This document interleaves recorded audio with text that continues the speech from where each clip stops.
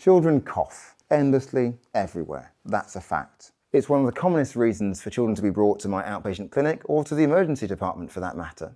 I'm going to talk to you a bit about what's normal in childhood cough, what's abnormal, and what are the key features that should make you seek help.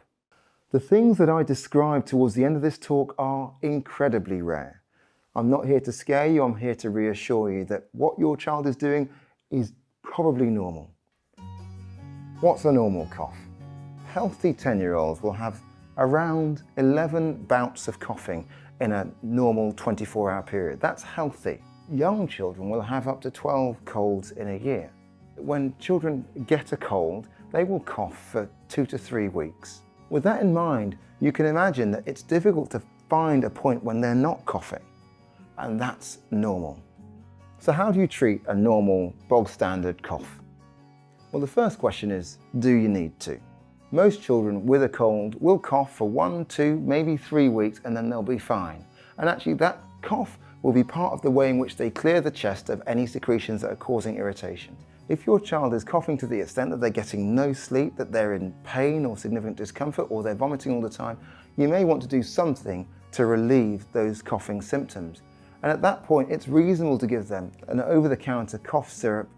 You need to recognise that these aren't going to make your child better any sooner, but they may make them feel a bit more comfortable. The other thing, paracetamol, ibuprofen, again over the counter, can relieve some of the pain associated with coughing. So that's a normal cough. What's abnormal? What should get your spidey senses tingling? Well, thankfully, the most common causes of an abnormal cough are still not too worrying. Your child may have a bit of gastroesophageal reflux.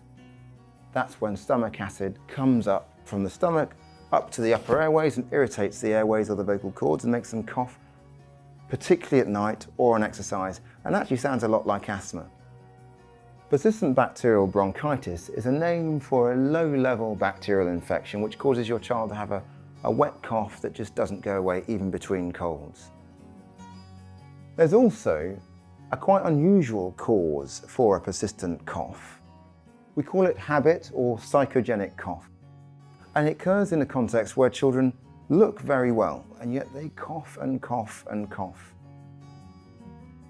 What's odd about this cough is that it's much more prominent in the daytime and they hardly ever cough at night. They cough an awful lot more in front of their parents, particularly if their parents are worried, or in front of a paediatrician, but they won't really cough when they're having fun.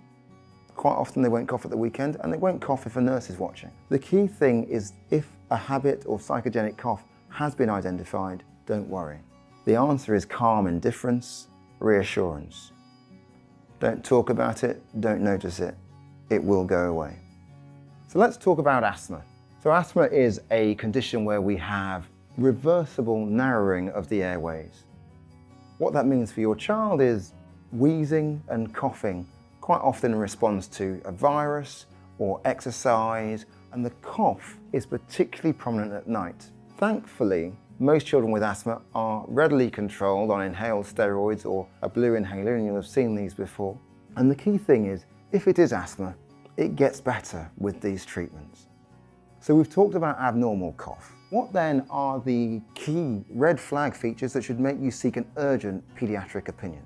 We've talked about a wet cough that doesn't go away, but if you add to that a child that has also had severe breathing difficulty, maybe at birth, has had a runny nose since birth, and maybe gets recurrent chest infections, these may be a sign of immune deficiency, so a weakness in the immune system, or more rarely a condition called PCD, or primary ciliary dyskinesia, where the hair cells that line the upper and lower respiratory tract don't waft mucus out effectively.